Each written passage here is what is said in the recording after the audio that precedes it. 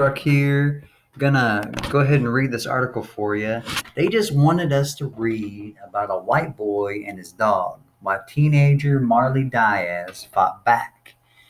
Here's what I recommend. I recommend that you have this article up. Go to the link, bring it up as you listen to this and follow along because just listening to this is not going to make you a better reader. But if you follow along and read with me, that makes you a better reader. That makes you more fluent. Okay, so I definitely recommend that. Um, and it just kind of keeps you active too. She was 10 when she first decided to distribute children's books with Black Girl Leads, a campaign that has taken her to the White House. Now she's written a book of her own. When I arrived at the photography studio to meet the education activist Marley Diaz, I'm surprised to find the shoot is long over. The 14-year-old is sitting patiently, her luggage packed, coat neatly slung over her lap, waiting. The photographer explains the early finishes because they got all the pictures they needed with Diaz near immediately, that she is the perfect subject to work with. This was perhaps the first inkling of what would become abundantly clear during our interview. Marley Diaz is a pro.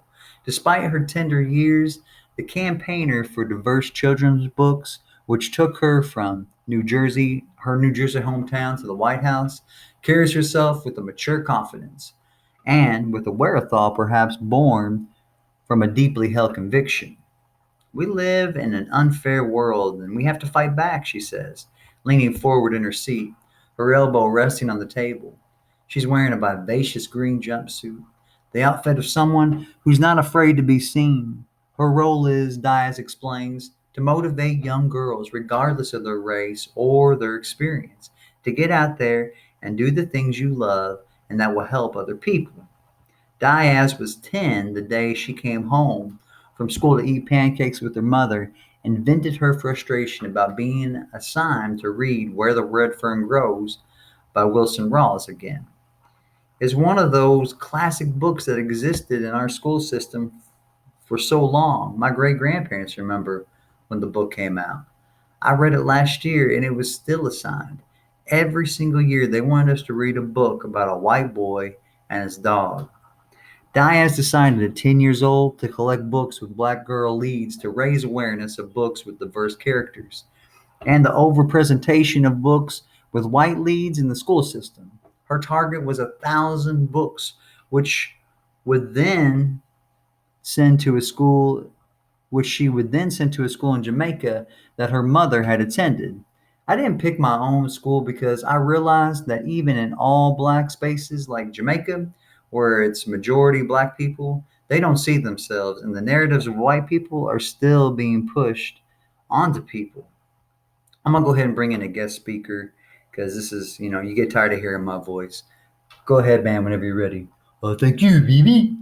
She created a hashtag 1,000 Black Girl Books, which started to pick up pace and soon catapulted the young Diaz into the limelight.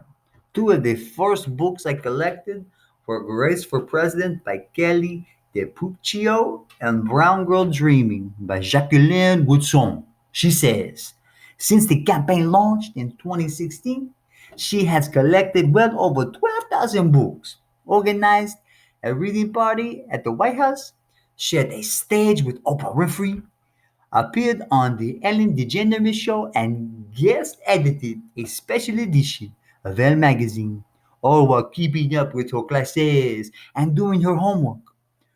What is that like for her? I don't really bring it up at school. Although I'm sure the kids at school know because they follow me on Instagram. Hearing Diaz tell, I want to say Diaz, but it's Diaz, tell the story of when those worlds collide is one of just a few moments where she seems her age.